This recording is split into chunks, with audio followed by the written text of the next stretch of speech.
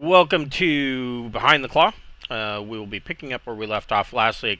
These guys are currently on Dorania, and will be in the process of making ready to leave Dorania. Just let me look at this real quick. Yeah, they were on Dorania, projected to be there for about 6 days. Not a whole lot of trade to be done on Dorania, but it is a part of the region that Sundstrom is interested in because the Sword Worlds Confederation is hoping to use, not necessarily Dorania, but 1 parsec away, rimward, is hoping to use Bullaria as a jumping off point to get into the Foreven sector. And he wants to set up as many trade deals as possible, Durania being one such area because of its proximity to Bullaria. And so there was some trading to be had, deals to be made. These guys, while they were on Durania, were approached by a arms merchant, of which Durania has many. And the common slang, or the terminology used for Durania, is to call it atomic Durania, because they sell a lot of nuclear materials, and they are most certainly not picky about who they sell to. And this arms merchant offered these guys a fairly lucrative deal for nuclear munitions at the rate of 60,000 credits per ton. And they were wise, and they asked Sundstrom if that was a suitable deal, and he said no. He's not interested in carrying weaponry of any kind, and even made the point to note that none of the cargo that Skander is carrying is of any kind of military or weapon design. And so they backed out of the deal at the last moment before things were set into concrete, so they didn't have to pay for a product that they weren't going to receive. They went ahead and got out of that deal eloquently. And so now, meanwhile, Magnus Sundstrom is setting up some kind of deal to sell the government of Durania machinery and equipment that can boost their economy. And part of this deal is to that not only is he selling some of Skander's inventory, but he's setting up a deal to where they can go to the manufacturers in the Sword Worlds and receive the same discount that he's giving them for the next. Off the top of my head, I want to say the next year. And so this is, of course, a very lucrative deal, and he's hoping that this will create a want for this kind of technology coming back. So that's where we'll be picking up. Before we get started, we would like to mention we do have a merch store via Zazzle. We've got hoodies and t-shirts and buttons and drinkware and fleece blankets and all sorts of stuff on that site. And 100% of the proceeds from that store goes back into our channel. It helps us cover costs of things like Roll20 and Incarnate Pro, and even the software that we use to make these videos. And so, if you want to help us make ends meet, go on over to the store and get yourself a t-shirt. One of the designs on there is from our old campaign. It's hard to believe that it would be considered old. Hasn't been that long, has it? Our old campaign, Pirates of Drinax. It's got the Atomic Skull logo on it that was designed by Cameron. So, yeah, if you want to help us out, go pick one up, and we appreciate everything that you do for us. If you follow along on our Saturday campaign, we do have the final book. The finale of the first Braunhaven campaign is up for sale, available in PDF format. It is called Glaushine, the Seat of Imperial Power, and that is the finale of the first Braunhaven campaign. There are rules in there for domain level play, as well as extrapolated rules for mass combat. And I'm hoping I'll be looking at staying a little bit longer than I'd hoped, but I am. There should be print-on-demand services coming available, hopefully soon. There is another book in the pipeline that is quickly reaching fruition. Is going to be the Braunhaven the Braunhaven Player's Guide Second Edition, and that book will be for Castles and Crusades. It's not out yet, but it is coming soon, and it will have an entirely new format. There will be no AI used in any part of the book, no artwork or anything. It will have it does have actual real artwork, not AI generated, and that will have a bunch of information in it that has never before been published, and it will take a broader look at the entire world as opposed to just the areas surrounding the town of Braunhaven. So keep a lookout for that. It should be, I don't know, it should be coming soon. Probably within a couple of weeks, I would think. So, you guys, like I said, Skander is on Durania for a total of 6 days. This whole wheeling and dealing thing basically takes up maybe about a day and a half, and that's shuffling cargo around, and Sundstrom is off doing all sorts of back-end business dealings and firming up, making handshakes and meeting people and all of that. So you guys have about 6 days to spend on Durania. Now, the one good thing about Durania is it is tech level 8, but the bulk of their industry, of course, is in nuclear, and not like good nuclear. We're talking about fissionables. Like their nuclear reactors can leave craters in the planet. So, I don't know what else you might be interested in purchasing on Durania. They don't have a huge population. Literally a population of about several 100,000 people. So the bulk of the population lives in the star town around the port. And there are a couple of other minor towns and cities around the region, but it is not a heavily populated world. And of course, everybody is employed by the nuclear industry in some form or another. So as far as if you want to go shopping or something, I mean, I would hope they would have radiation suits for sale. Want to try to see if we can find anybody that is looking to get passage to our next stop to Bullaria, and see if we could generate some funds by bringing somebody along. Okay. We did also sell all of our cobalt for, I think it was 1.6 million credits. Yes.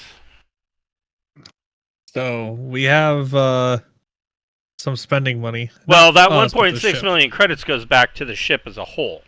Right. So, I mean, you don't have any actual cash in your pocket. If you need some, you can, of course, ask the ship's purser, which I'm sure that they can give you, depending on what it is that you want to buy, they can either give you an advance or give you, you're already cleared to purchase trade goods. So, that shouldn't be overly difficult for you. Let's see here. So who is going? I guess we need to look at Skander.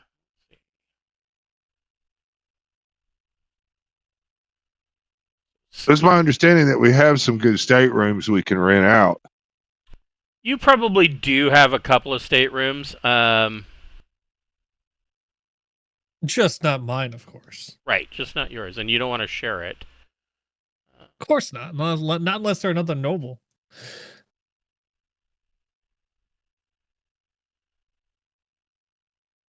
I don't know. I mean, yeah, you probably do have at least 1 or 2 staterooms available, but the bulk of the staterooms, Skander's not really a passenger ship. She's a merchant cruiser. But you would have 1 or 2 staterooms available. Each of these staterooms are set up for double occupancy. So, I mean, they're not. I don't think it has any luxury staterooms at all. Oh, they do have a luxury stateroom. 27.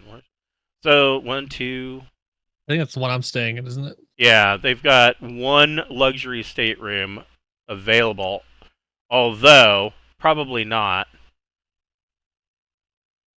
Is this one? Oh, I think there's 4.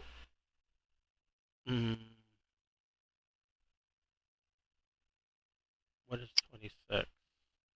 Oh, a high stateroom.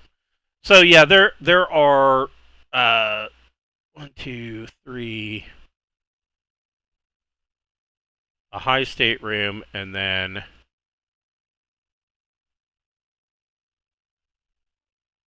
two high staterooms. Okay, so yeah, you've got like 3 high staterooms and and 2 luxury staterooms. I would think that Magnus Sundstrom is probably staying in the other luxury stateroom since Zerzi is taking the other one.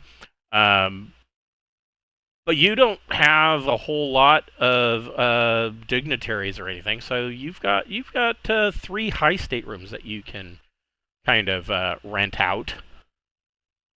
Yeah, I mean, especially if some. I mean, I don't think that we have the steward skills to, unless I'm mistaken. Does anybody have steward? Let me look at the crew. I do. You do? Okay. Excellent. All right.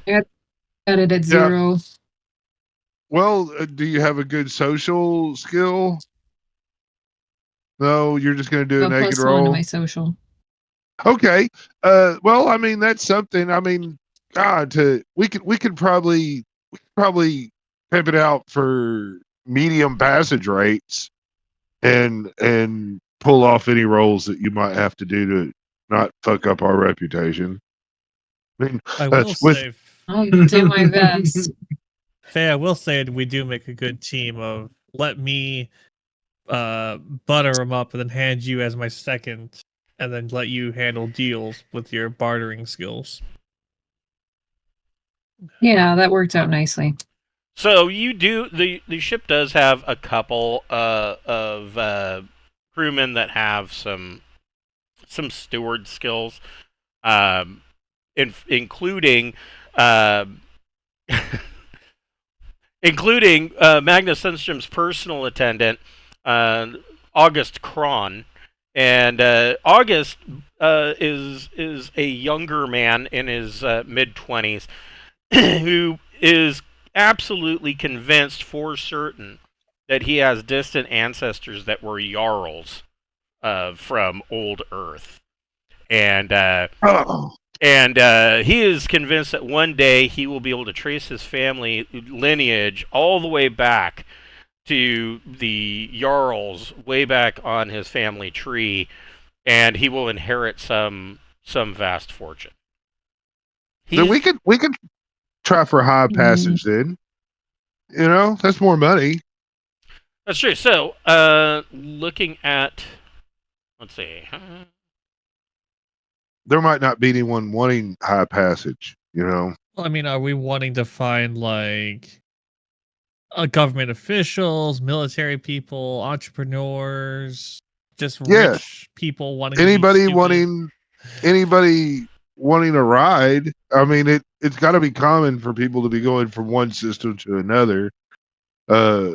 So I mean, I'm thinking if our mission is to make as much cash as possible, why would we not at least attempt to find somebody that wants to book passage, to where we're already going. I mean, So, Bullaria has a Class C starport,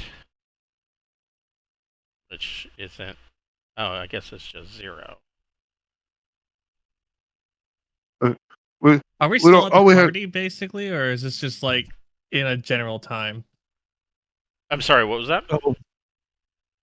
Are we still at this fancy party, or Oh no, that already only come and lasted. That only lasted into the late evening. This is probably the next day, and there will be something else. I mean, you've got like another 5 days on Dorania.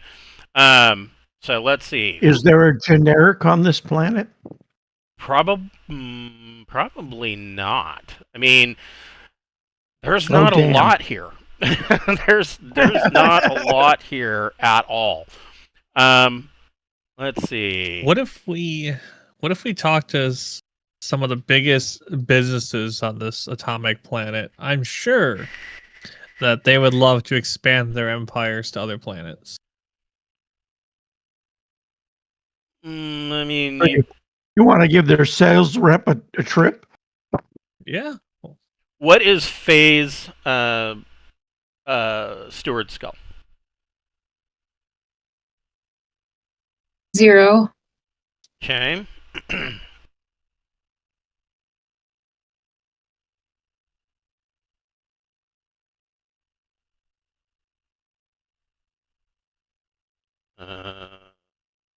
What is World Pop?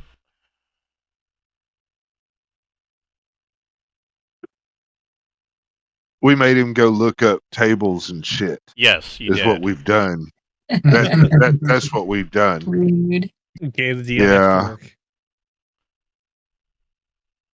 Well, there is a page, but you have to kind of do a little research on really zeroing in on where you're going, and you have to know what time you're doing it, as far as the year and stuff.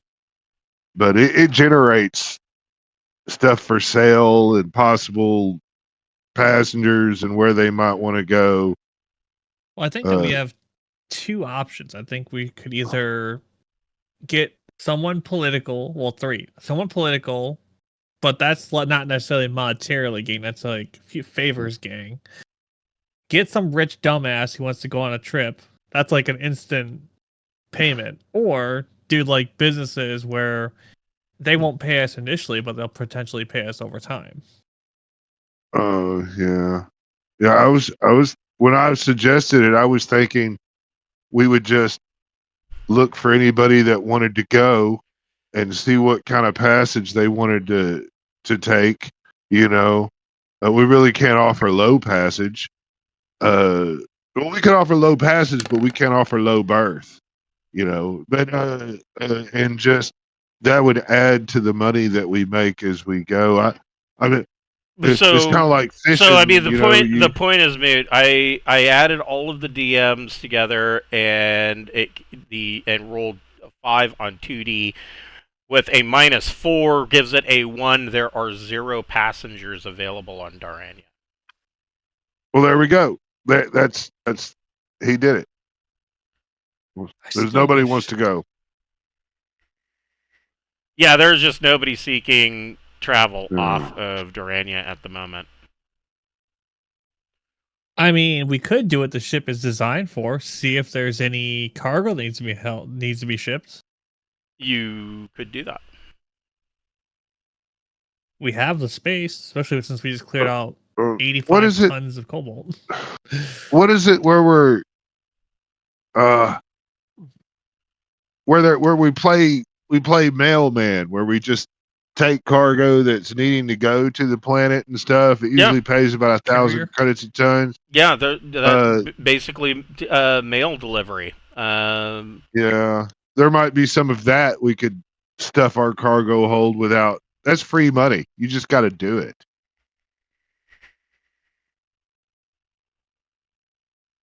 Let me see here.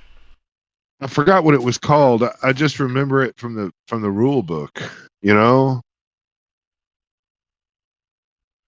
Yeah, it's on page 241.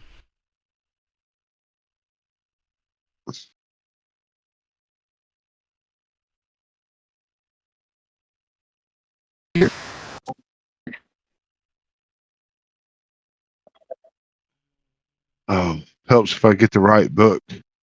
I think Faye's having internet problems. Yeah, freight. Right, I'm looking at Freight freight hauling? traffic. Below that is mail, but Yeah. I'm trying to Yeah. discern. There we go. Yeah. So freight pays a fixed rate, and they come in lots. Must be transported in their entirety and come in 3 sizes. Major cargo lots are composed of 1D times 10, minor cargo of 1D times 5, and incidental cargo of 1D tons.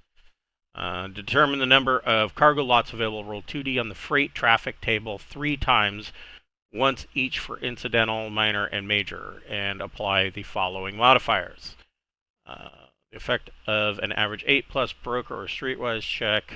Rolling for major cargo, DM -4. Rolling for incidental cargo +2. For both sources and destination rolls apply. The DM's population is 0. Starport is 0. Tech level is 0.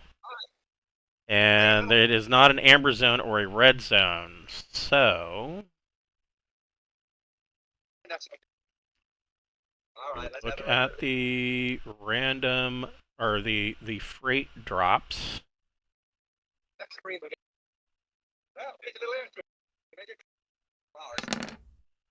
A 9 or 4D lots. I get to roll. This is the first one. This is major cargo lots. There are 15 major cargo lots, and we're just going to make it easy and just roll once. That are 10 tons of freight each, for a total of 150 tons worth of major cargo lots. Well, we could take all that. Yeah, if you want to, who wants to negotiate for the price? Oh, that would be our broker, right? I thought it was fixed price. Freight we should cannot be broken We should up. be able. Hold on. Cargo is paid upon delivery, assuming it's delivered Yeah, on time, broker failing to the deliver deal. cargo. So what is the fixed rate? Okay. No, that's for mail.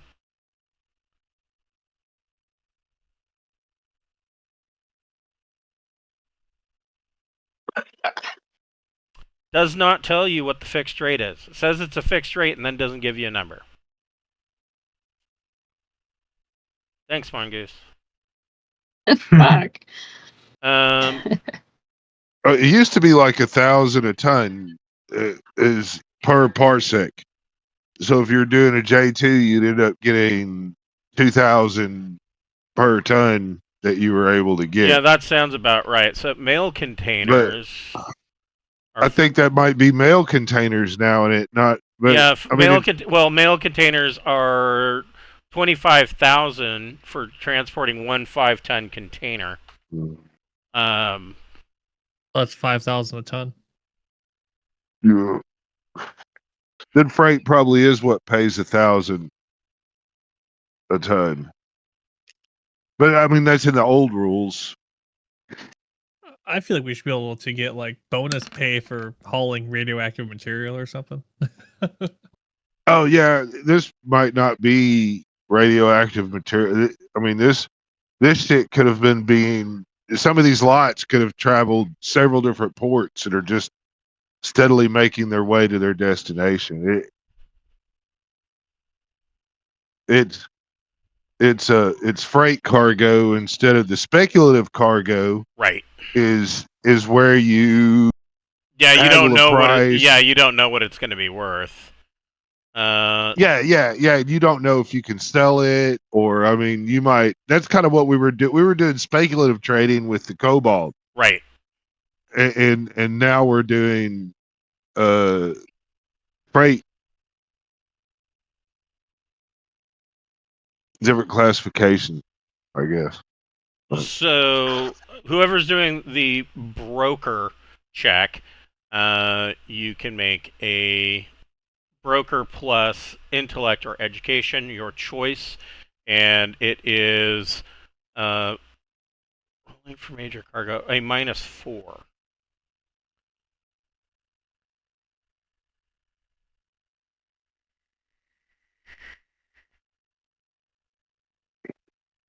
They're taking major hit because of the ports and everything that we're at, I guess. Well, anytime you roll for major cargo, it's a DM -4. Oh yeah, their internet's futzing out. Yeah. We're not hearing them in there.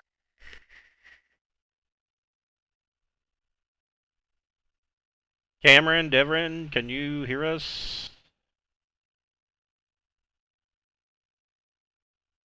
Yep. I mean, worst case, you can hop on their sheet and roll it. Oh, she rolled She rolled a 5. 5. Yeah. So I'm sorry, there were only 2 lots available.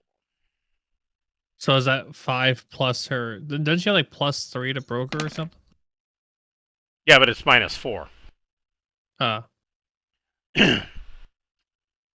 And so there are 7 lots available at. I'm sorry, there's 7 lots available. They are 40 tons each of major cargo, worth 1,000 per ton. Well, we would like to take all that. Okay. We'll deliver it. They I are mean, they are only bound for Bullaria. yeah. And these are large cargo containers. You're not even aware what's in the cargo containers. I mean, these are just major, lots that need to be transported. Cool. I mean, this should be common shit. I don't think we're really responsible for what's in these cargo things as long as they're sealed. As long as they get sealed and delivered. Yeah. Can we be told if they're nuclear at all? Nope, we they're ask not that? going to tell you what's in the cargo containers. All right, well, The only thing on the manifest is that you took ownership of 7 40-ton cargo containers, or a lot of 7 40-ton cargo lots that are in the Headed to sealed Bullaria. Yeah. Yeah. Let's give them just a moment to hopefully pop back in.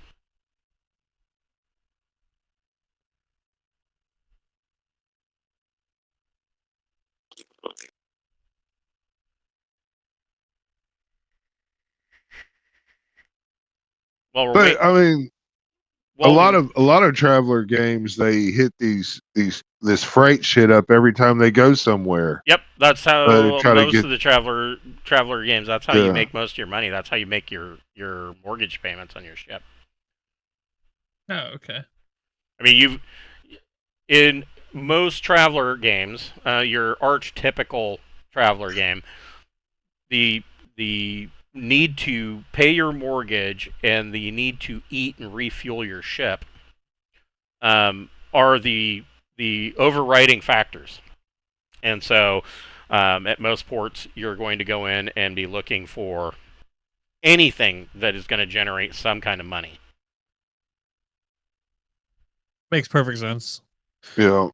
A lot of crews or groups or whatever will have like one guy will try to go and get passengers, and another guy will try to go secure some kind of cargo, whether it be speculative or freight. Right. And then then there's an underlying adventure or storyline could be there as well. Yeah, it could be But then, lying around any port. Yeah, and then you would you would force your engineers and mechanic type dudes to do some kind of rudimentary maintenance type roles. Probably, you really want to be a pain in the ass. Right. Yeah. Well, I and mean, for but that kind of that's campaign, what I you would would be. do. I would be a pain in the Yeah. ass, completely. Yeah. Yeah, I mean that's something else to think about too. Is your maintenance schedule on your ship? You know, a Yeah. yearly maintenance schedule can be expensive if you're not planning ahead for it. Even something small like a scout class is going to be super spendy. Hello, Hello. can you hear us Hey. now? I can hear you. Yeah. Okay, I restarted, so Sweet. Well, it looks to help. I mean, you're a lot cleaner, and you were pulling a max headroom before. Yeah, it was pretty gnarly. So yeah, you want to pick up those 7 lots. Let's see. I rolled a 5. I saw that. So that came out to 7 lots at 40 tons each. So that's looking like delivery of that. Upon delivery, you will be making 280,000 credits. And as I was telling these guys, your manifest shows that you took 7 lots at 40 tons each in sealed cargo containers. Destination Bullaria, picked up at Durania, and aside from that, you don't even know what's inside of them. Would our I'm ship gonna keep happen it that to way. have a Geiger counter and or an X-ray device? Probably not. Let me. Perhaps we should buy one just in case. I would think that you Geiger could pick counter. up a Geiger counter on Durania. Merchant cruiser Skander. It has civilian class sensors. I mean, civilian class sensors. I mean, of course, they're going to have some kind of radiation detection, but that's mostly going to be around your engineering department.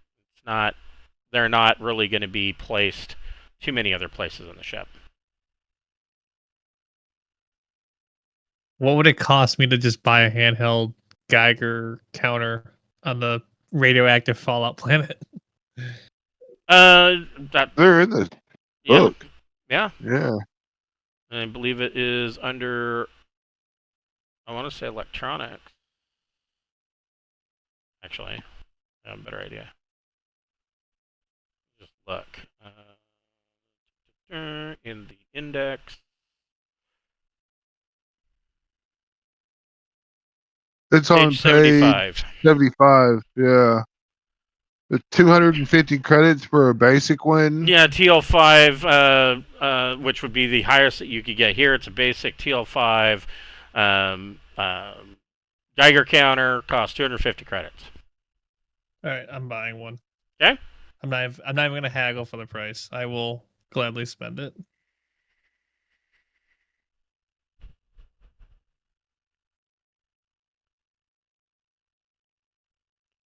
So this basic one, it will only tell you if there is a source of 30 rads per hour or greater. Now, one of the things that they don't bring up, I mean, if you're already in a city that's already mining things like plutonium, for example, or any other fissionable material,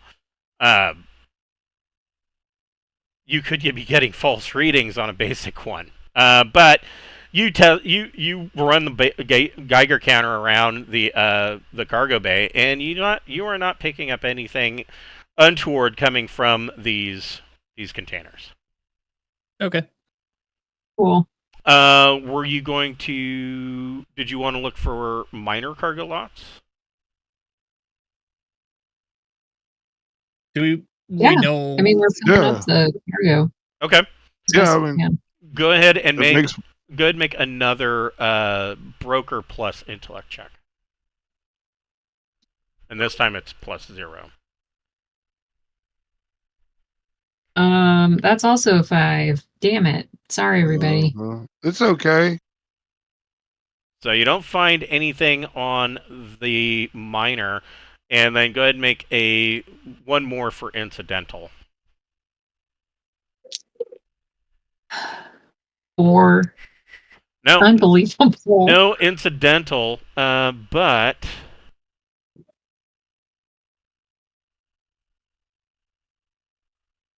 on a 7.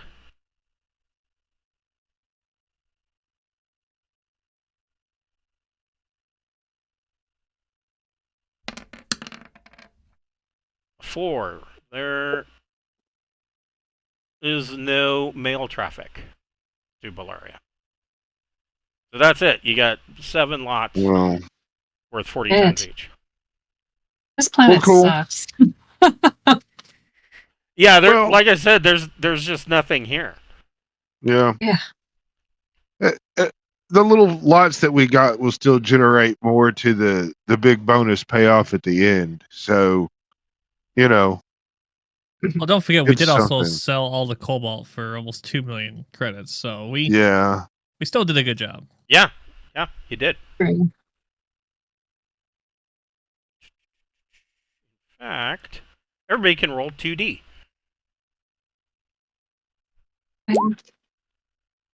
I got poo poo. 7. We all 8. suck. So Casey got an 8. Yeah. Rolling Just 2D. 2D. Yep. just 2D.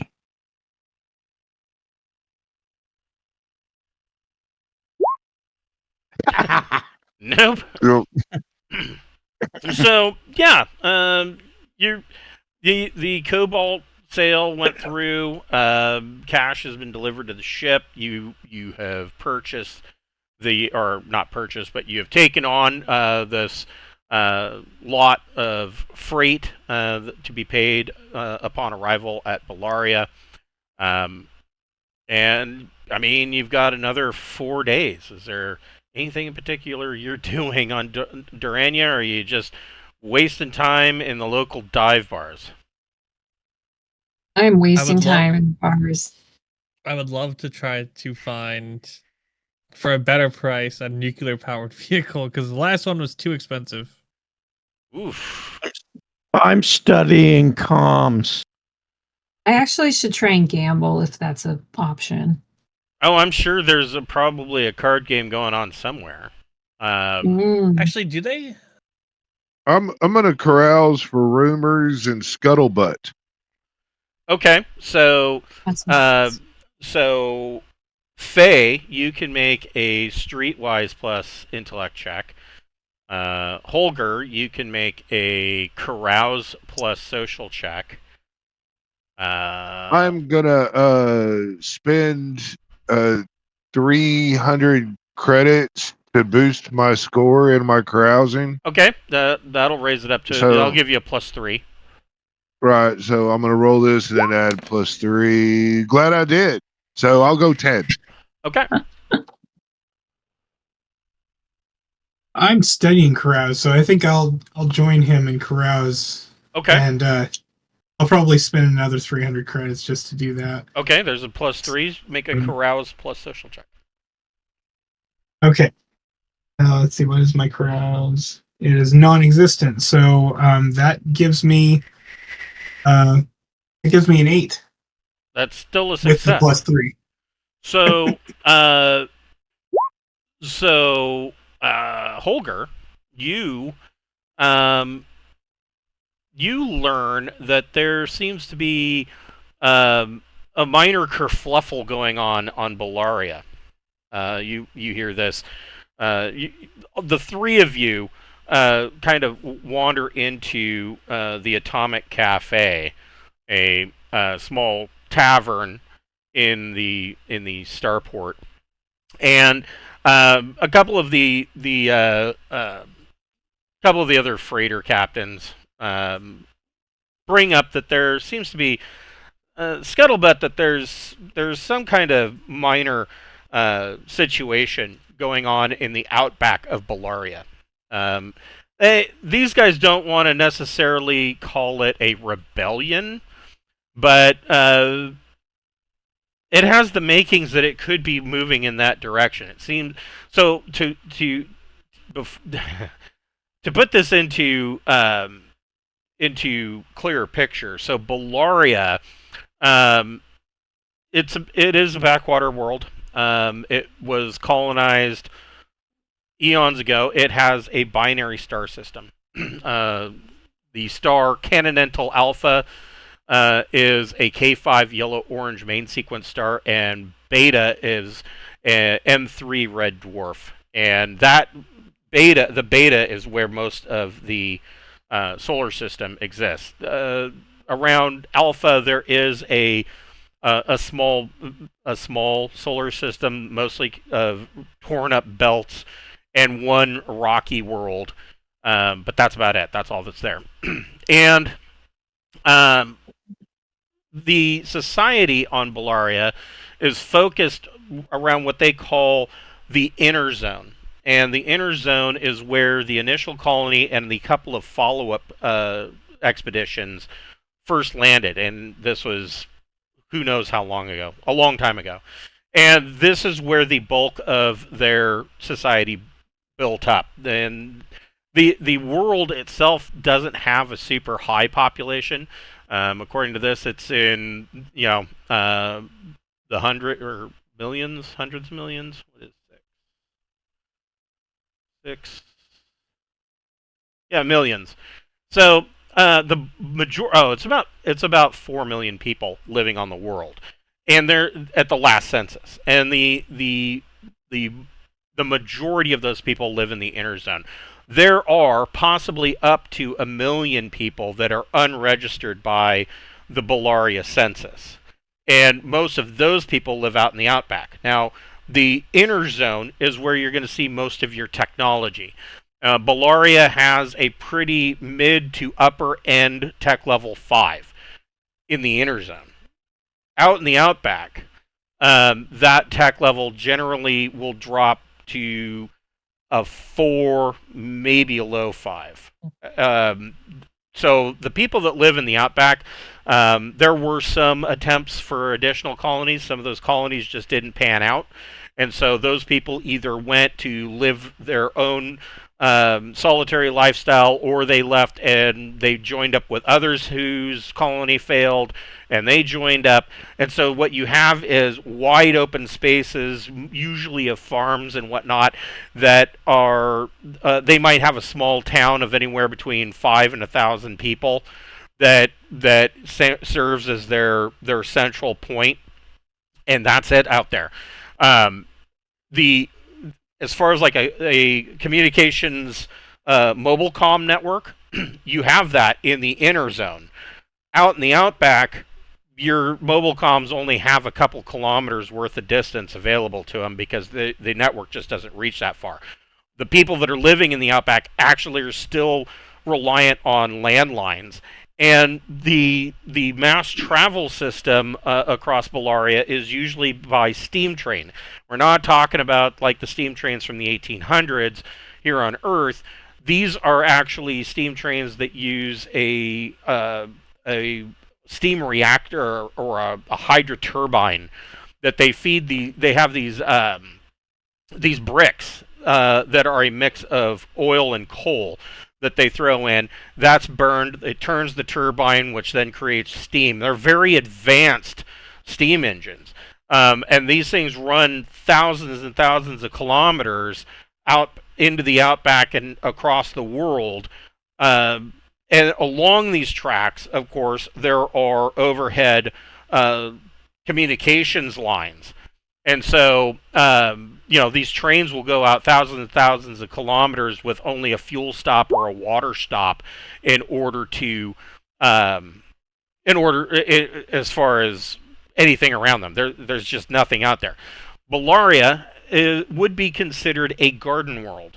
It's very similar to Earth, but it has maybe half the amount of water that Earth has. And so there are large seas and even an ocean, but for the most part, the world consists of dry land with a lot of dusty deserts in between. There's more than enough water. You can dig wells and whatnot, but the surface of the world is usually pretty parched. Now this little matter that this freighter captain brings up is that evidently what they call the Outlanders, and that's what Bullarians call those who live in the outback. He says the Outlanders are complaining that the zoners don't take them serious enough. They're overly arrogant, and they are particularly uncaring about the Outlanders' very real problems. And this has caused the many in the outback to kind of band together. And he says there's been what appears to be like a couple, like literally, like train robberies and a couple of other small incidents. And he says, so if you're heading that way, you might want to keep an eye out for these issues.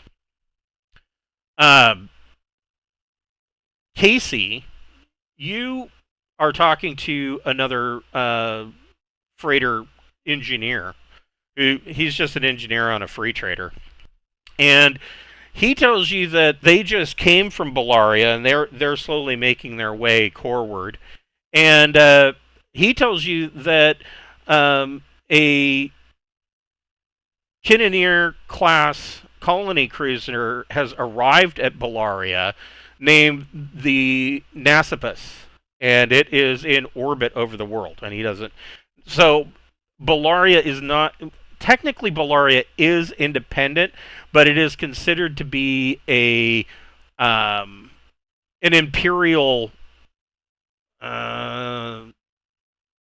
It's under Third Imperium protection. The benefit for Bullaria is that they get the protection of the Empire, but they don't have to pay imperial taxes. It also means that the Ministry of Justice doesn't have really any say of what's going on in Bullaria. But the clear statement here is that sooner or later, Bullaria will likely be a part of the Third Imperium, and this would be something that the Sword Worlds would not want, because they do not want to be surrounded on all sides by a possibly hostile, well, historically hostile Third Imperium. And so it's not unusual that there would be a cruiser that will occasionally pop in at Bullaria. It is unusual that it stays on station, though, and it seems, and this guy is telling you that it came in. I mean, at this point, it would be a little over a week ago. And is now. I am getting a terrible echo. Sorry about that. No problem. It is now in orbit over the main world, and so they're not sure what's going on with that, but he gives you a heads up that it's there. What did Faye roll for her Streetwise check? 8. Okay, you do find a game. How much are you going to bet? 500 credits. Okay. We'll give you best 2 out of 3. Go ahead and make a gambling plus intellect check. 6. Oh, you lost 500 credits. How much are you betting this time? I'll do one more round of 500. Okay, go ahead and make another gamble plus intellect. And that one gives me, let me see here, 3, 7. You lost again. Okie doke. Well, that's on brand. So Faye's over in the back corner of the Atomic Cafe losing money.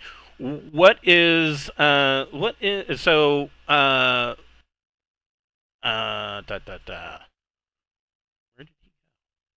What is so Svart? You're just studying, is that right? That's affirmative. Okay. I'm a bookworm this time. Okay. I will. Yeah, and since you're spending the pretty much the entire 4 days in your stateroom studying, I will go ahead and I'll count that as a week of study time. So you can add a week of study down. Thank you. So Zerzy, instead of shopping for a car, I'll do the Johnny Noble thing to see if anybody needs any disputes settled. I mean, If not, I'll just yeah, enjoying my time. the Durania government's probably not. I mean, they'll be polite and graciously, deny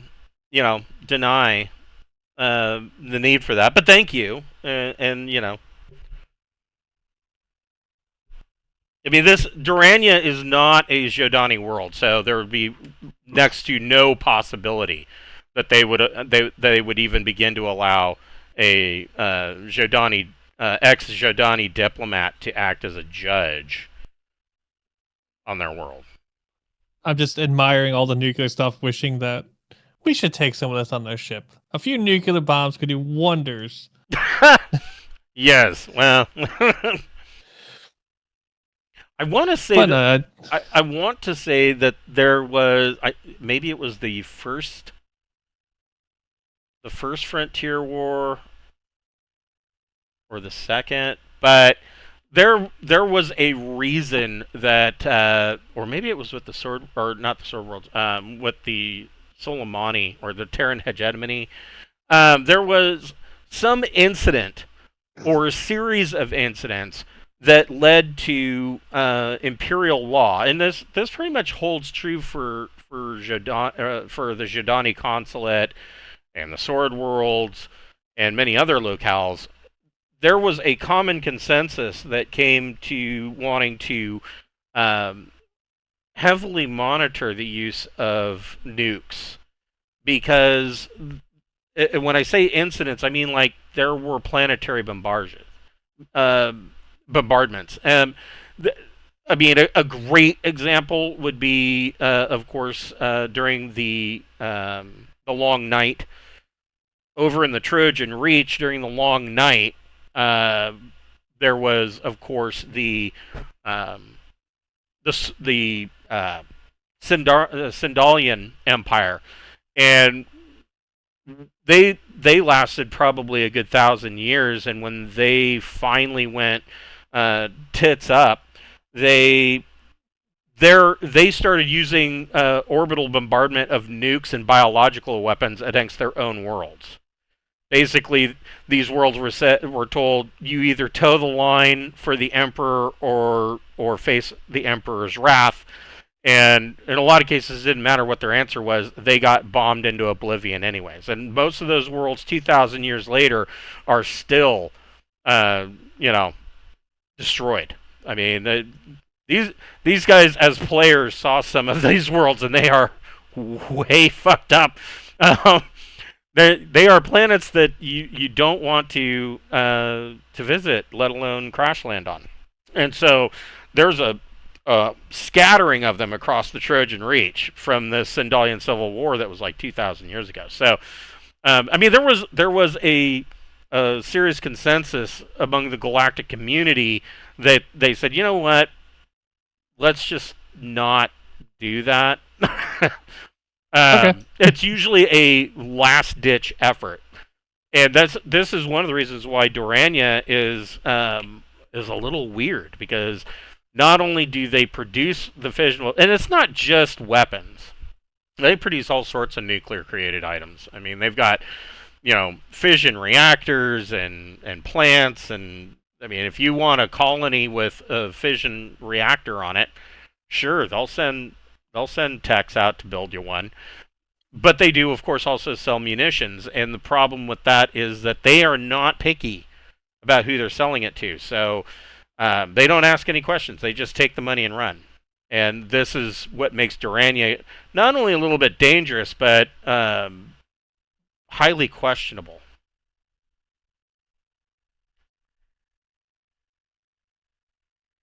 But yes, they politely turn you down. That's fair. So the rest of your 4 days kind of goes by. Faye loses 1,000 credits in the process. You guys kind of bop from one shitty tavern to the next, and I mean, there's not a whole. I mean, the only thing that these guys do on their off time is play cards and drink. I mean, there's just nothing to do on Durania. I'm sure they have some interesting, 1950s style TV if you like the sci-fi version of the Andy Griffith Show, and I shudder at the thought. But yeah, aside from that, there are, if you still want to search for a car, they have a bunch of cars. I imagine they all have this, the 50s kind of bent with the stupid wings coming off of the ends and everything, the fins, and yeah. But yeah, Just imagine the cars from Fallout. Yeah, the cars from massive Fallout. fan. Yeah, well, honestly, I like the cars from Fallout versus the real life cars. The real life cars were some of them were ridiculous. But so yeah, you spend the rest of your time on Durania before finally lifting off. Holger, you can make a piloting plus dex check. Piloting Starcraft plus or spacecraft plus dex. That's 11. Nice. Well, you lift off, no problem. Who's making the astrogation check?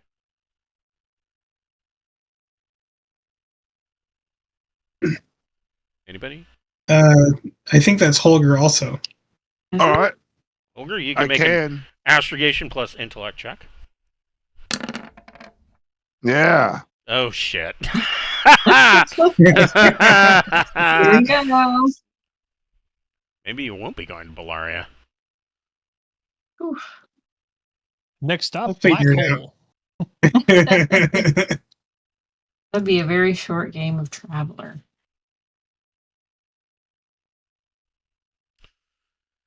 Who wants to make the J Drive plus intellect check, and you get a -2 to that? -2. All right. I'll do it. Okay, so that's a 7. Oh There you boy. go. Well, that's You're not. going on an adventure. That's not. enough. Yeah, you're going on an adventure. That's not terrible bad. But you're now going to make me have to look this up because you guys don't miss jump very often. No. That's true. Devin rolled really This- well. I He rolled takes all the shitty. good rolls I would have made. I got a 3 was my natural roll. It really sucked. Let's see here. I think this is in operations. I want to say. Running cost.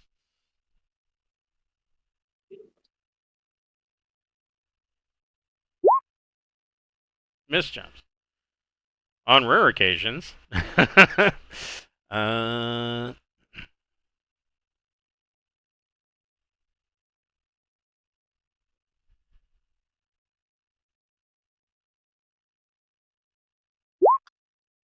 okay, so it says an effect of -1, which is exactly what you had. The ship will arrive in the target system but appear 1 days later than normal. So usually you are in jump space for 1 week. This time, oh shit, you're in jump space for 2 goddamn weeks. Wow. Spending that time studying. Nice. Yeah, 1 week, an additional 6 days. This is the number of extra days the ship spends in jump space from the point of view of the crew. The relativity error generated by this misjump causes a difference in perceived time aboard the ship and the rest of the universe. Oh, wait. At the referee's office, roll an additional 1D. This is the... Oh. Yeah, let's do that. So, you're going to arrive 6 days late, and...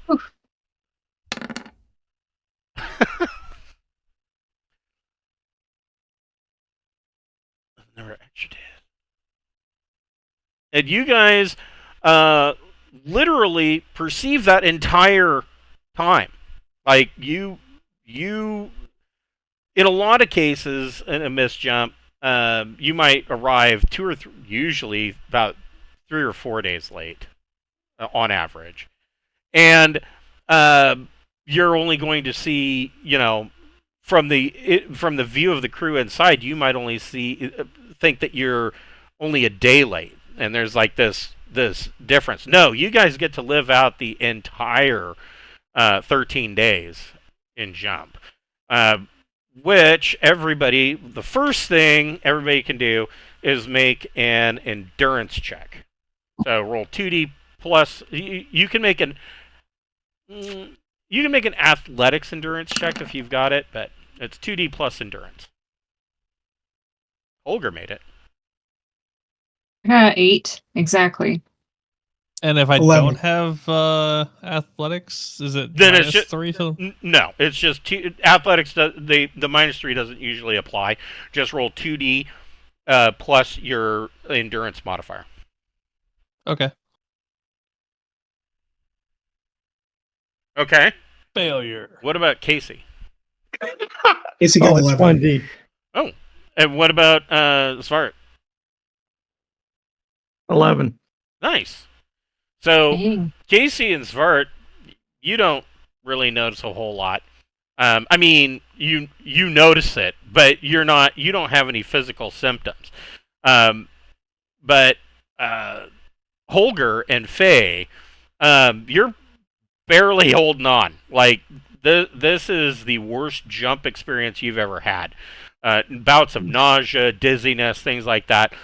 Zerzy is spending most of his time probably in his luxury stateroom with his head in the commode, puking, because you've got the whole gambit. You've got nosebleeds, nausea, throwing up. You can barely keep down bone broth, that kind of situation.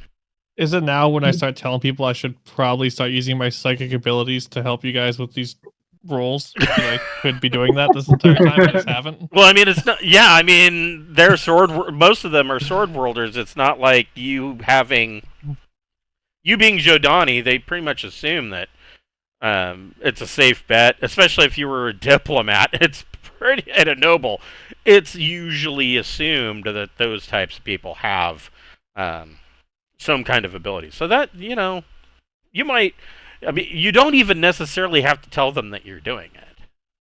I mean, you just do a little twinkle of the nose, bewitched style, and just be like, "Ha, you get a bonus." That would be really nice to avoid this in the future. I will have to consider that as I'm vomiting in my toilet. Yes. In addition, now I have to look at this because it's going to be late.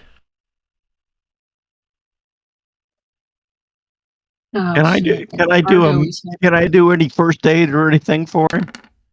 Yeah, you can go ahead and make a medic plus intellect, and you get a +1 to that.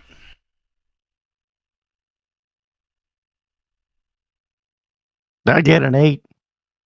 Okay, so yeah, Zvart stops by your crew quarters, and I mean he's not the only one. There are a number of people across the ship that are exhibiting different symptoms, everything from migraines to nosebleeds to nausea to full throwing up. This is a common occurrence with a misjump, and he comes by and Zvart gives you an injection of anti-nausea meds and kind of gets you straightened out. Are you guys during here again, because you're in jump space for 2 weeks, you guys can add another 2 weeks worth of study. Zerzy, you can only add 1. Damn it! He studied the commode. Yes.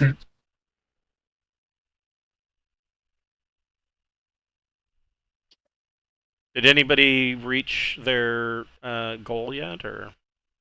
I'm at 6. Oh, you're so close. Yeah, Yeah, I'm that- also. I'm at 6. I think that's the best you can go, except for maybe Bart, because he studied while we were adventuring. Right. I have a 7. I'm at 7. Yeah, you need one more week, and then you get to make a roll. Holger, you can roll 2D, and you get a +1 to that. All right. 7. Oof.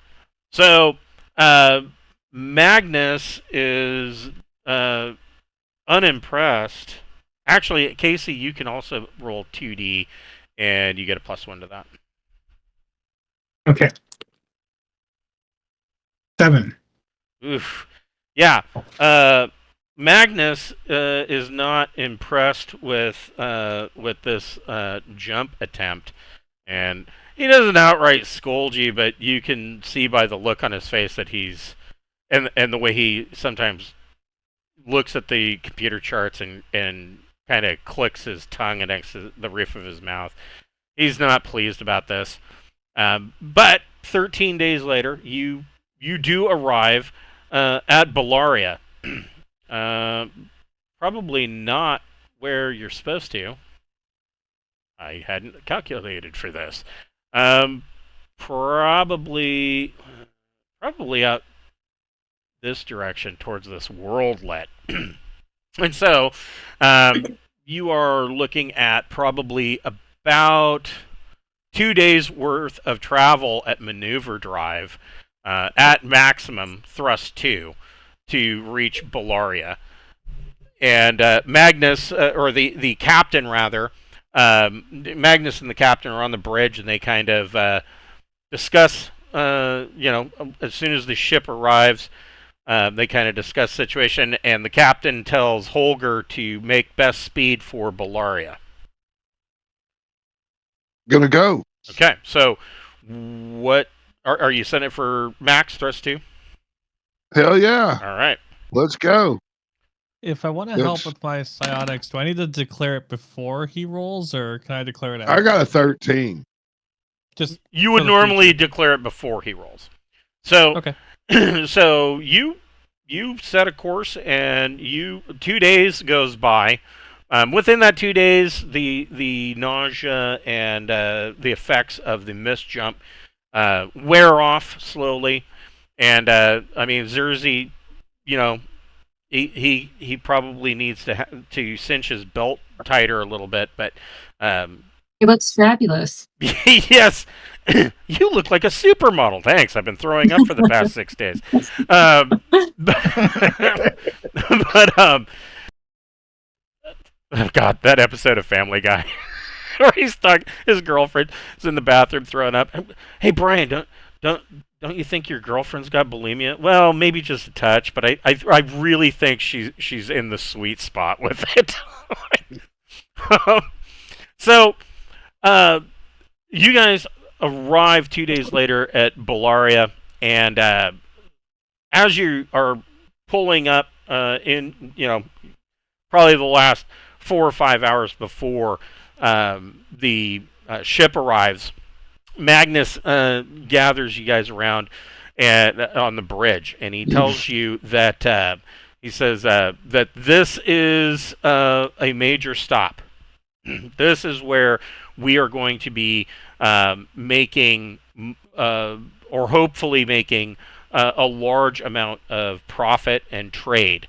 And so he again says, I need all preparations to put on a show.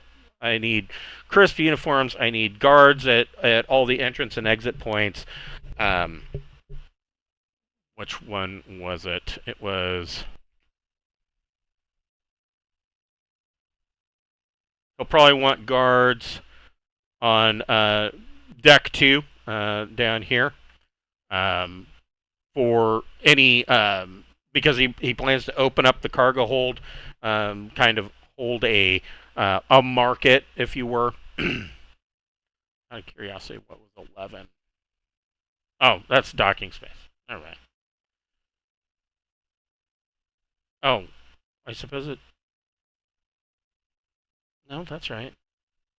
Yeah, no. Here's the external doors here. Here. There's another one up here. So these doors are going to be opened for people to come in and do shopping. He wants guards posted, and but make sure everything's nice and clean and neat. And he tells you that he and the captain and the first officer will all be traveling to the city of Nesbin. It's about 150 kilometers away. He wants he is ordered down to the cargo hold to load up both shuttles with various cargo for local trade conditions and things like that. And then he turns to you guys and he tells you, and he's talking to all of you, and he's kind of looking at Zerzy, and he says, while I am away, you need to be paying particular attention to everything that you can possibly gather for information on Bullaria here at the Starport and the Startown. The Starport and the Startown is the capital city of Bullaria. Oddly enough, it is on the major continent, also called Bullaria, because they lack imagination.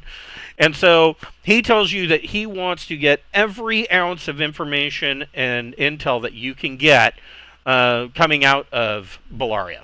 And while you are there, I want you to keep your ear to ground for local trade conditions, and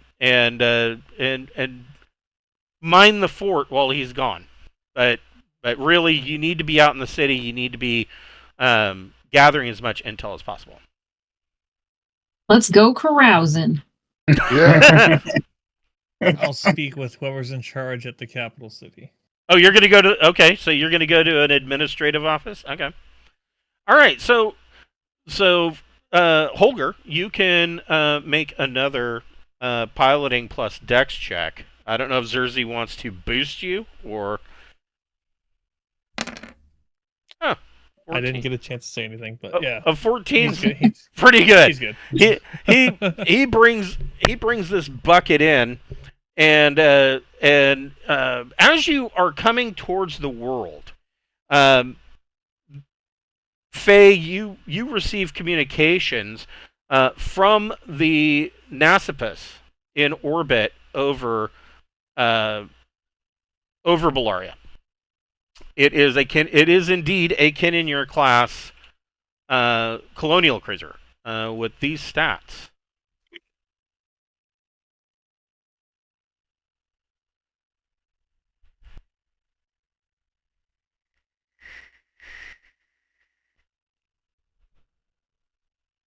Now, from a metagame standpoint, I can tell you that the Kinninger is an old class of ship. They are not widely used. In fact, it's called a colonial cruiser because usually the Empire, the ships that are left, they either sell them or as surplus, or sometimes donate them to small frontier colonial pickets. And so these ships are usually very out on the edge of colonial space, which Bullaria would be. And so it's only 1,200 tons. All of you can make a... Go ahead and roll 2D plus intellect.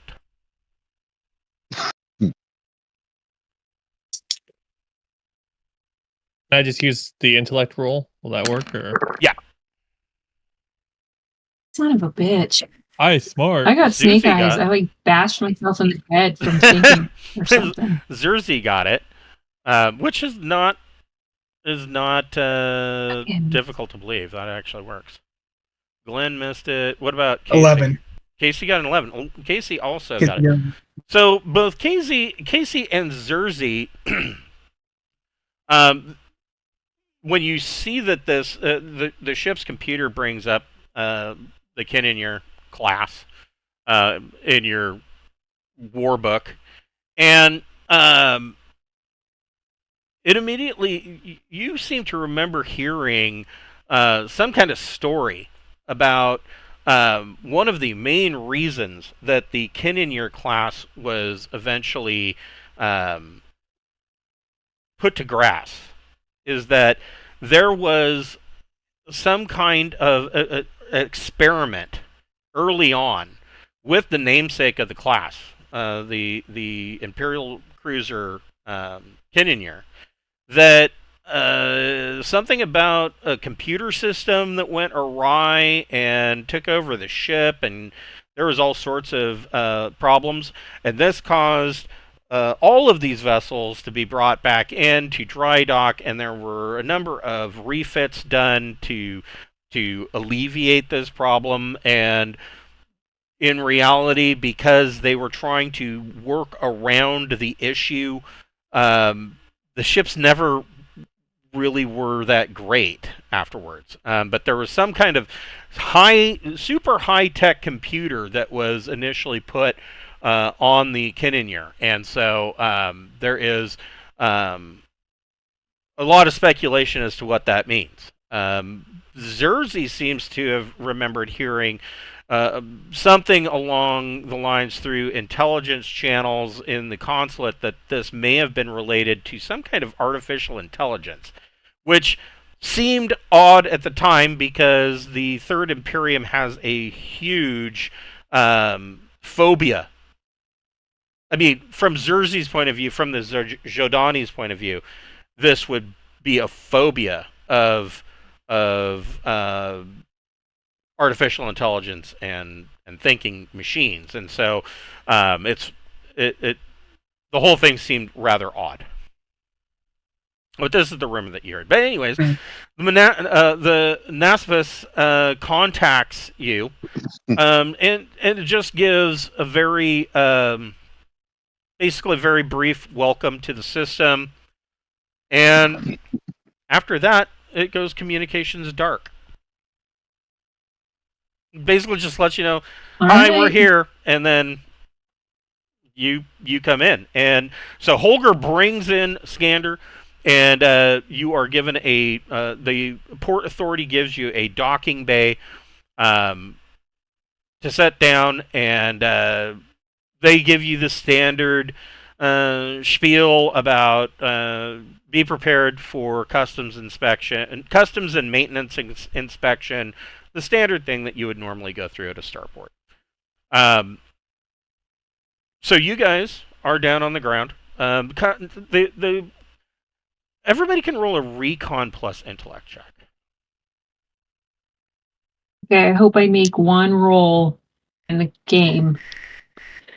Like once. Not me. That'd be cool.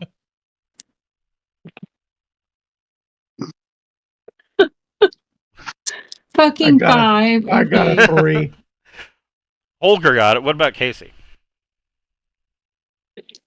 I got 14. See, Oh, he geez. steals. He So- steals the numbers. So I should've gotten. Casey, you are the entire customs inspection takes about 6 hours. That's not unusual considering the size of your ship. Customs and maintenance inspection, but you particularly note that actually it takes about half that. It takes about 3 hours, and you of course being one of the engineering crew, you kind of go along with them as they check things out. You immediately notice about this customs inspection that the customs and maintenance inspectors don't seem to be really putting that much effort into it. They're not really focusing on this job. They're doing it as quickly as possible, and then they sign off on you. You sign your name, and you're out. That's it. They're done. It seemed very quick. Holger, as you guys step off the ship, you can see the two side hangars opens up, and the two shuttles take off with Magnus and the captain and first officer. Do you guys step off the ship into the starport now that the customs inspection is done? And Holger, you note that right there, the roadway leading out of the starport, and at numerous other points throughout the star town, you see that there are not necessarily barriers, but there are armed checkpoints that are set up. Okay. Well, I'll make sure to, send a message. Don't be breaking the law level. They got lots of checkpoints. As far as law level goes, Bullaria has a law level of 2. Generally, they're very loosey-goosey with their laws. They do have the death penalty. Usually it's done by firing squad.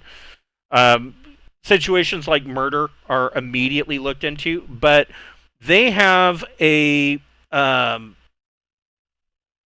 official law on the books that basically states that any citizen that has the assumption that an offending party has the capability of lethal force, they are perfectly well within their rights to shoot and kill them.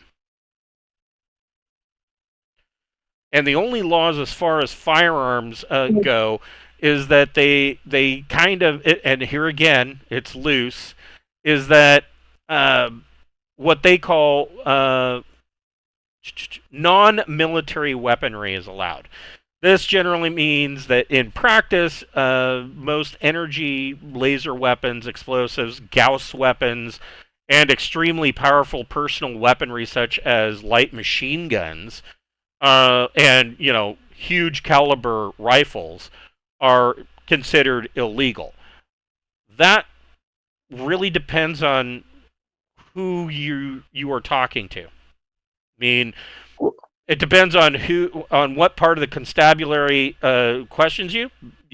One cop might see you and say nothing. Another cop might say, "Hey, wait a minute, you have a Gauss rifle. I recognize that," and arrest you. And then when you go into court, it depends on how the judge feels.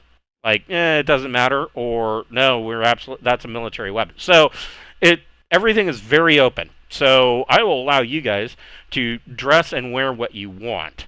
One thing to keep in mind is that you have been invited to a trading function. Now, this is very similar to the one that you just came from on Durania. And that one was, of course, suits and gowns and dress uniforms, etc. As far as, you have just stepped off. How do you guys want to be equipped? Rocking that protect suit. Okay. I just look like a fancy noble. I'm gonna try to go to the administration office and no weapons on me. Okay. You don't even want to carry your holdout, your body pistol? No, because this place is a powder keg ready to blow, I feel, and I'm not gonna be the one that's gonna instigate it. Okay. What about Zvart? How is Zvart dressing and carrying? Let's see. I'm wearing my clan kilt. Okay. My long blade, my dagger, and my auto pistol. Perfect. All of those are completely legal. I won't take my ACR though. Yeah, that probably would stand out. What about Holger? I mean, cloth armor. Well, I'm going to an event. You're going for a fancy dress party? Yeah, I'm gonna dress up for that, and I will not bring any weapons. Okay. I will bring my letter of introduction with me. Okay. All right. Yeah, you have a letter of introduction, basically a recommendation from the Sword Worlds Patrol, right? Yep. Okay. What about? Did we get money for delivering the cargo? Oh, that's right. Yes, you do. So we're going to take a hit for being late. Yes. That was Yeah. a 4. Do we get money or does the ship get money for that? It's the ship, and then at the end of it all, the ship takes all the profit and splits it up however they want to do it. Yeah, and they get money. They want to do a 5% bonus to everybody on the crew in addition to your pay, and then there is a vote that will go down that somebody may get another 5% of that profit. Hold on here. So How often do we get paid, by the way? you got a 2,500 credit sign on, and then you'll get an additional 2,500 credits at the end, in addition to any bonus pay. Okay. Let's see. And they cover the food and basic We get shit free on the room and ship. board. Right. Yeah.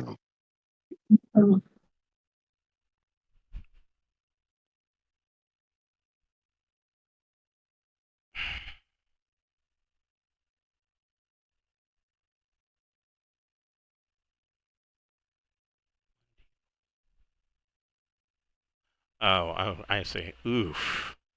So, because the cargo was late,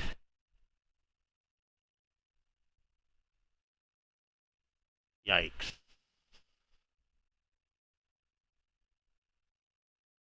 We end up paying them. No, it won't be that. Well, you only make 56,000 credits. Yeah. Because there was a 80% penalty because the cargo was 6 days late. Yeah. Shit. But It's still more money than what we had. That was I mean, 56,000 is pure profit because you didn't have to pay for the cargo because you're not doing speculative trading. You're just moving it from point A to point B. So Faye, you're wearing your protect suit. Are you packing?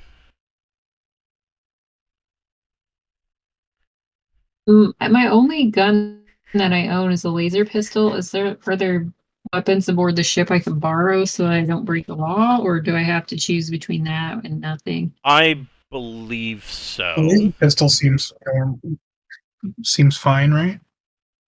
Well, Not a military weapon. They said energy weapons. Yeah, energy or might laser count, or they weapons. might be wrong. I mean,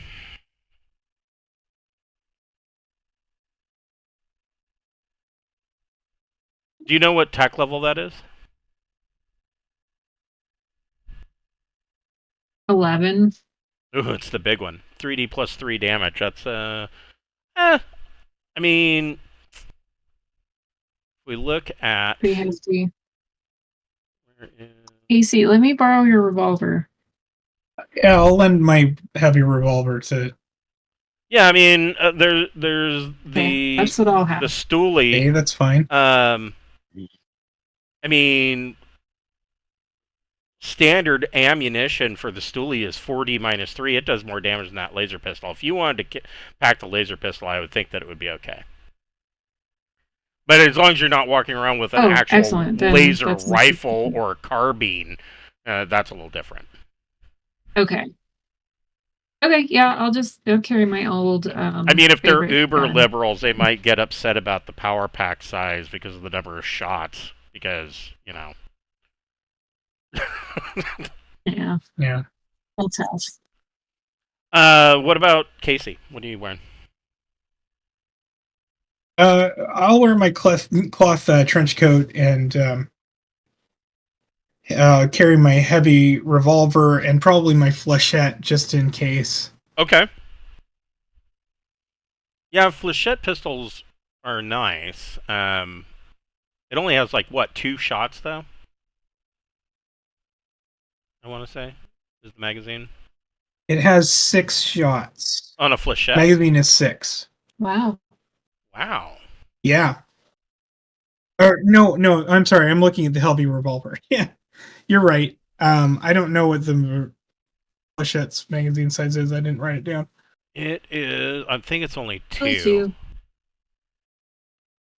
I want to say. Okay. It's like a silent gun, you know. That wouldn't. That's the happen whole with them. point of Right, and it can Be be also sneaky. laced with drugs. Yeah. Oh, Although, boy. in my opinion, I really feel like they got the flechette wrong. But it's a dart pistol. Yeah, it's got a magazine of 2. It does 3D minus 2 damage, and it has the trait of silent. You need to Let's have put bought some some fun drugs in nuclear. it. You should have bought some nuclear darts. Yes, polonium, Nuclear darts. polonium darts. Yeah, designed to be an efficient and It'll give silent your weapon for target use chance by in, those like, who do 4 not years wish to from bring now. attention to themselves. Uses compressed air to launch a cluster of metal darts. Well, I guess you can't. All right. I guess you cannot use drugs with that. I don't see why not, though. Anyways, so Aw. you guys step up. Holger, you're bringing everybody's attention to all of these checkpoints and whatnot. Yeah, I'm pointing out all the checkpoints and saying, look, you know, you get checked a lot. And that's really it. So, are you letting Zerzy go to the administration office on his own, and you guys? It's such a low log level. That's weird. Wait, are these checkpoints legit on the ground? Because like they half-ass it in the air and then harass you all the time. That doesn't make They're any not. sense They're to not. me. They don't seem Yeah. to be stopping you guys, and but they are. There are these checkpoints set up on all of the major roads. So is anybody going with Zerzy to the administration's office? I would like to go with Zerzy. Okay. There you go. Those that are the rest of you. I thought his body would go with him. So Svart, Holger, and Faye, you can make your choice. Well, you can make a streetwise plus investigate, or I'm sorry, streetwise plus intellect, or you can make an investigate plus intellect check. Okay. I do have streetwise. 9. Holger got some info. 6. Oof. Yeah. Switching dice like every roll. See if it'll do something for me. And Glenn and Svart got it. So Svart and Holger, you guys you guys aren't being stopped by these checkpoints, and most of the citizenry just walks around it, and literally you guys just stop a couple of people on the street and ask, what, we're new, what's with the checkpoints, and they tell you that they tell you Ain't none of your business. not so much, but they they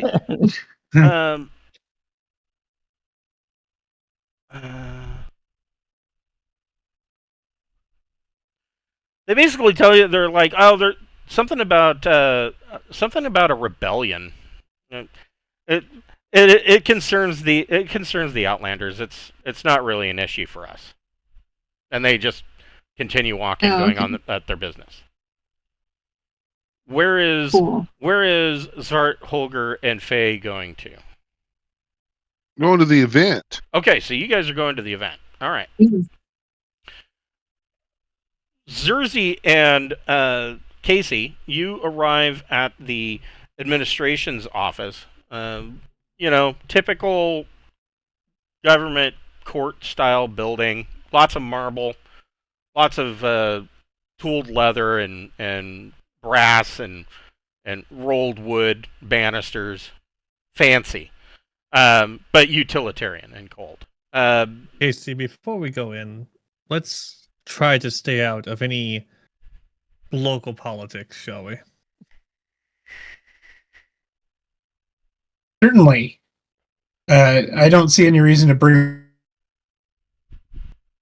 up local politics for our purposes today. Well, the as I say on my planet, the vibe I've been getting of this whole place is that eventually it's going to go down in a fight, and I'm not here to be a fighter. I'm here Yeah. to make money and to hang out with rich people in politics. I've done my time in the military. I do not wish to fight anymore. So you Yeah, I'm walk- not looking to get conscripted today. yes. Well, that would be not good. Conscripted for a world that you're not even from. Ugh. So you make your way to the reception's desk, and they have like bank teller windows. Like it's either like a bank or like a DMV, and out of like 10 windows, there's only 2 that has somebody sitting behind it. One person is kind of leaning back in his chair. He's got a cup of coffee and he's got a set of headphones on. And the other person sees you, says, I can help you right over here. What can I do for you?" Greetings, I am Zerziatal, noble from the planet of Jodan.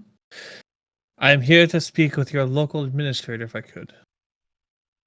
Go ahead and make a diplomacy plus social check.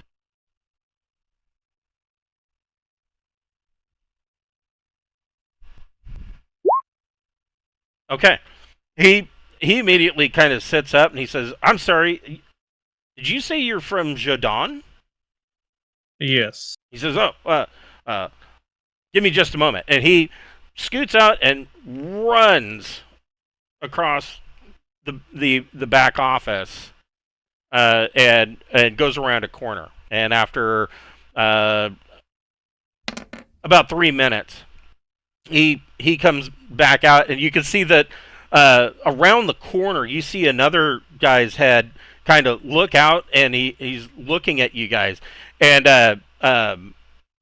the receptionist comes back over, and he says, "Oh, well, yes, yes, you can be seen at once. May I ask what this is concerning?" Oh, merely just assessing the current situation and doing some trade opportunities. He says, "Okay, okay," and you see him type in something on his keyboard, and he says, and he hits a buzzer, and you can hear the door kind of buzz and then click, the lock unlock, and he says, "Oh, just go ahead and step through, and it's the first door on your left." And so you go through and walk down the hallway, and you come to a door that is already open, and you can see that there is this gentleman wearing a suit. He seems rather young for his position. He's probably in his early 30s, and like the very early 30s, like maybe 31, 32. Slender, very nicely dressed, in what appears to be probably the latest imperial fashion. And the imperial fashion of the day, their suit jackets, a lot of them, they like the lack of a collar or lapel, and so it's almost like a frog collar. And one side of the jacket is generally longer than the other, giving an off kilter look. But when you're thin, you can get away with it because it's all very pressed and flat in appearance. And he pours himself a drink, and he says, "Yes, please come in. Would either of you care for a drink?" Oh, thank you. I'll pass on a drink. First business, then pleasure. He says, excellent." He says, he sets his glass down. He says, "So, what brings a representative of the Jadani consulate to Bullaria? What can I do for you?" Well, to be honest, I'm here for trade. I am currently not working in any official capacity for the Jordani, but unofficially, being former high-ranking diplomat as I was, I do have sway if I need to potentially help you out with trade deals or put words in ears in the Jodani. I can't tell if that's a deception or a diplomat check. Maybe a mix of the two. Go ahead and make a deception check. I don't have deception. Oh. I'm trying to be. I'll allow you to make a diplomat plus social check. Mostly because this guy It'd be the same wouldn't know if skill. you're telling the truth or not anyways. So you when you tell him that you're not really here in an official capacity and that you're just a trader and that you don't have any actual pull with the... I mean, you can grease some wheels, but you don't have any actual official pull with the consulate. You can see that he audibly lets out like a held breath and just kind of like he suddenly relaxes. It's like, okay. Says, well, there are a great many trade options available on Bullaria, but he says, I'm not sure that we have anything. I mean, we are the Planetary Administration's office. I mean, we're really not the people to talk to about trade deals. I mean, that would be, they have a democratic, capitalist society on Bullaria. And so, he tells you that ultimately you would want to speak to one of the merchants or trader or large trading consortiums. And he brings up that there is a reception being held of different merchants and traders in the city center. So that would probably be the best place to go to make any deals. Well, I mean, I figured instead of haggling with merchants, I could go to those who can actually get things done. Why were you, I saw you kind of holding your breath. Are you actually wanting to speak on an official capacity, or? He says, oh, no. He says, but you have to understand that there's been more than a few questionable events in the last, probably about the last 5 months or so, all along the Spinward marches, that there are whisperings of the possibilities of a prelude, or that something is brewing. Perhaps another frontier war between the Jodani consulate and the Third Imperium. And if an official Jodani representative shows up on Bullaria, I mean, that usually isn't going to be good news for whoever's sitting in my position. Well, from what I know, the Jordani have no interest in your planet. You have nothing to worry about. Boy, that's the truth. I mean, no lies there.